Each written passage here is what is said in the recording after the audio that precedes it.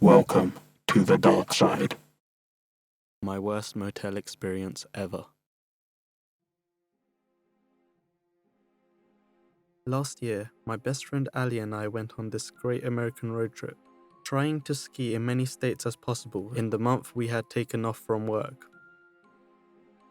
We did a lot of skiing, a lot of driving, and a lot of sleeping on various couches, truck stops, and of course, in motels. Most motels were fine. Some had great free breakfasts, some had dirty hot tubs that left us scrubbing ourselves in the shower and joking about getting pregnant from the water. Some had weird stains we tried not to think about, some were spotless, but cold, and a very few were amazing. Only one was terrifying. We stopped at the motel around 10:30 after a long day of skiing followed by a good 6 hours of driving. We were tired and sore and ready for bed. We had made some wrong turns, and we weren't exactly sure where we were. We didn't want to use data on our Canadian phones, so we were navigating old school with a map. It was mildly unsuccessful, but we were pretty sure we had a few more hours of driving until the next town, and we were not looking forward to it. So when we saw the glorious neon sign that blinked motel and vacancy at us, we didn't need to say anything. We both knew that was where we were staying for the night. As we pulled up in front of the office, I noted that we were the only people staying there. I told myself that it wasn't creepy. We were stopping close to a summer tourist spot midwinter. Of course there would be an excess of rooms. In fact, we should consider ourselves lucky that they were open at all. It was definitely not creepy. We entered the office, and a shrill little bell announced our entry to the world. We waited for someone to come to the front desk. Then we waited a little bit longer. We shared looks with lifted eyebrows and tapped our fingers impatiently on the desk. Hello? Ali called in the silence. Somebody here?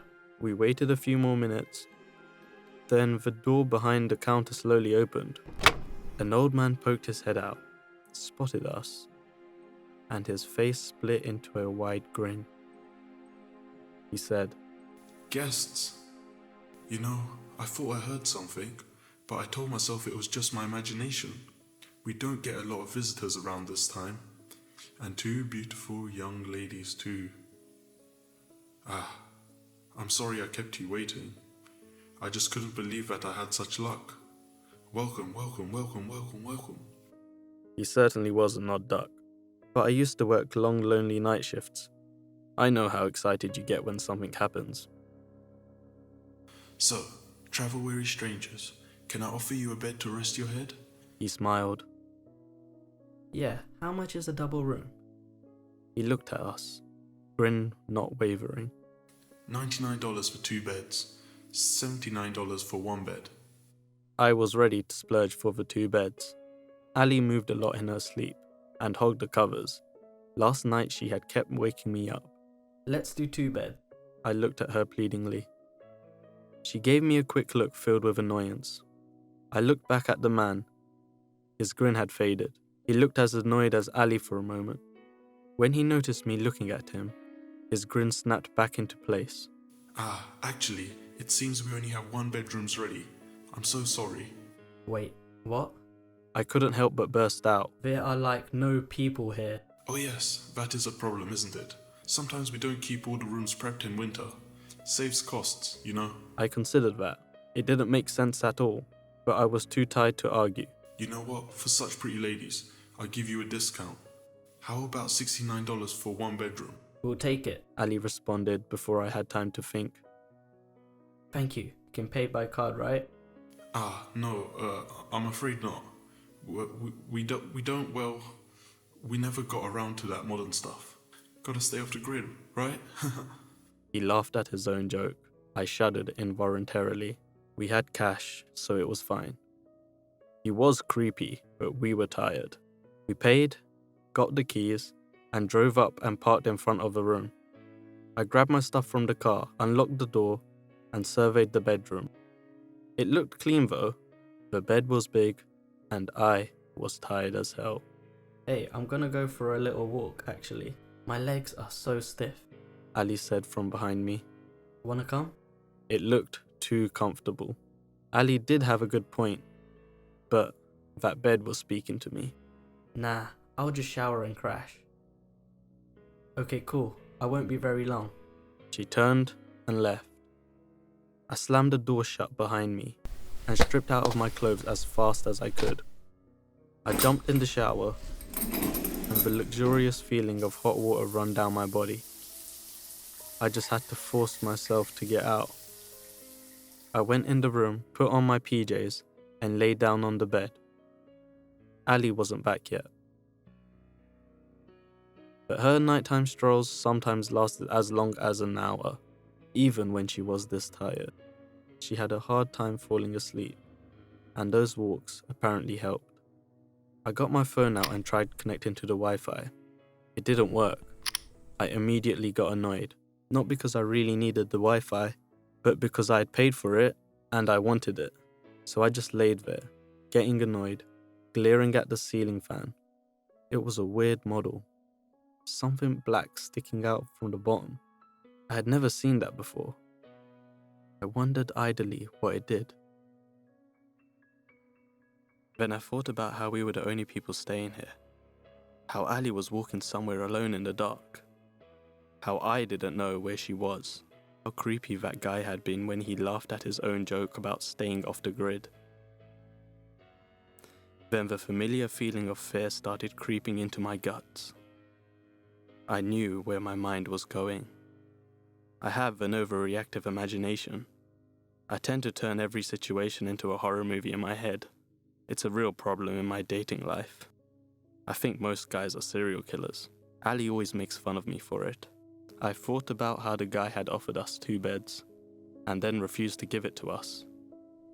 Did he want us in this room specifically? Why? He probably had some creepy fantasy of 2 young girls sharing a bed. Ugh. I shook my head, trying to stop my mind from spinning out of control. I got off the bed and went over to the huge mirror on the wall.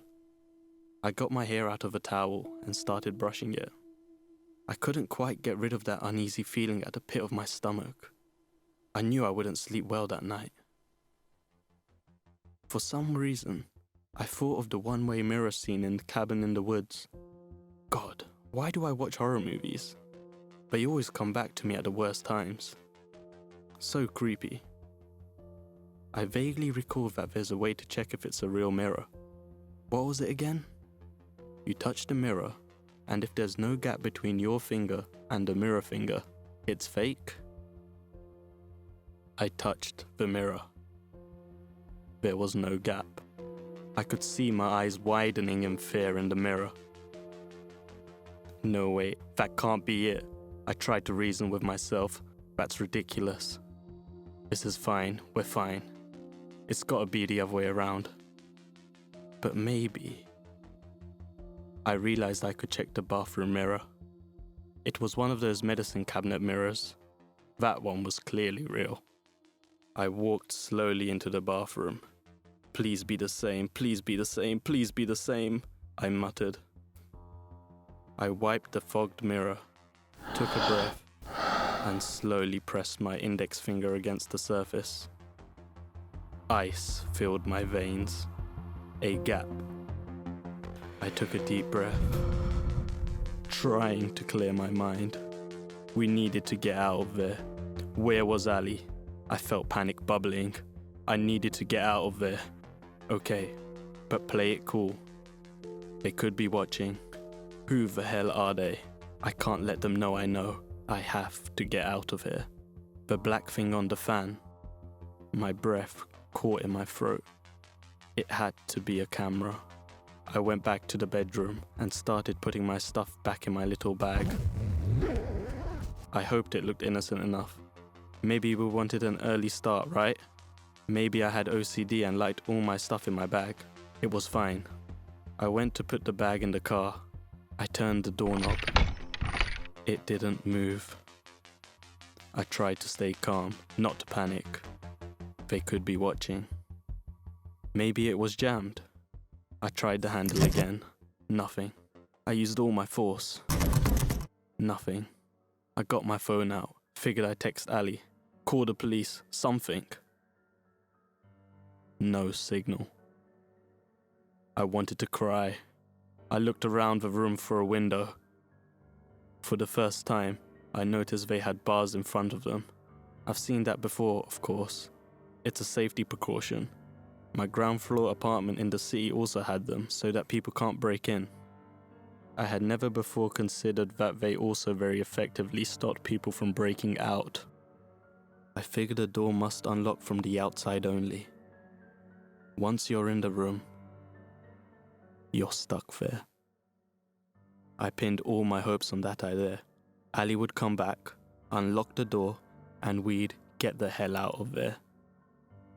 The next 10 minutes were the longest of my life. I kept trying to come up with a plan, with something, but my mind was drowned in adrenaline. Finally, I heard steps outside. Ali was back. I got up, standing right next to the door. She put the key in the lock, turned it, and opened it. Ali, get in the car right now. I said as I pushed her out of the room. What? Why? Fucking camera in the room. I hissed as I pushed her back. Her eyes went wide, and she immediately obliged. I unlocked the car, threw my bag in the back, and we both jumped in. The door to the adjacent room burst open, and the old man came running out. He slammed his hands on the hood, as if to try hold us back with his bare hands. We both screamed as I skidded out of there. Even in my panic, I could see several shapes behind him, in the room. He had not been alone. I just kept driving, praying that they weren't following us. We have to call the police. Ali said after an hour of driving. We have to. I nodded. She used her precious data to find the number of the local sheriff's office and called them up. Only heard half of the conversation. Hey, I want to report an almost crime. I'm sorry, I'm not quite sure what... No sir, it's not a joke. We were staying at this motel and there was a camera and one of those one-way mirrors. I interjected. What? She turned to me. Yeah, tell him. And a one-way mirror. And the door didn't lock from the inside. She said, looking to me for confirmation. I nodded. And there were people in the room behind that mirror too. Her eyes went wide in fear as she repeated the information. Then she described the location of the motel. Yes. No. She sounded uncertain. We've been skiing. She frowned. Yeah? No, that's fine. We'd rather not. I looked at her quizzically. No, really. We're already out of the state. We just wanted to let you know. She abruptly hung up. What was that? I don't know. He wanted us to come back and give a statement. Shouldn't we? She didn't say anything for a little while. I don't know. I got a really bad vibe. Let's not, please? And small town American sheriff's office? That's like totally how you die in the horror movies. We're not in a horror movie though. Aren't we? I shrugged. I wasn't really stoked on the idea of going back either. Frankly, I was still worried that they were following us.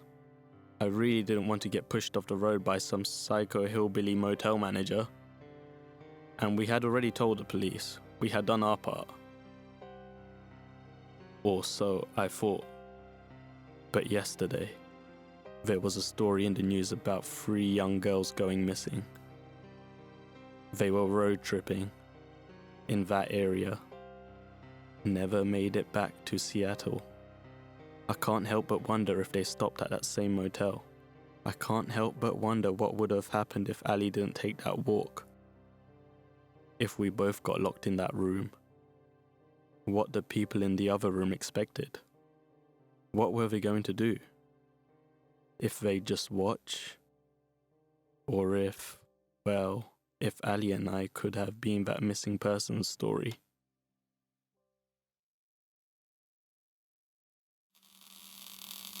Remember, it's easy to get lost in the dark side.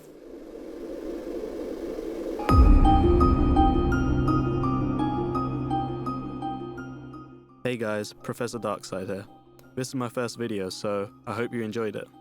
Thanks to Reddit user PocketOxford for providing this great post. And if any of you guys want to send me your stories, don't hesitate to message me and maybe it will be in the next video. Thanks for listening.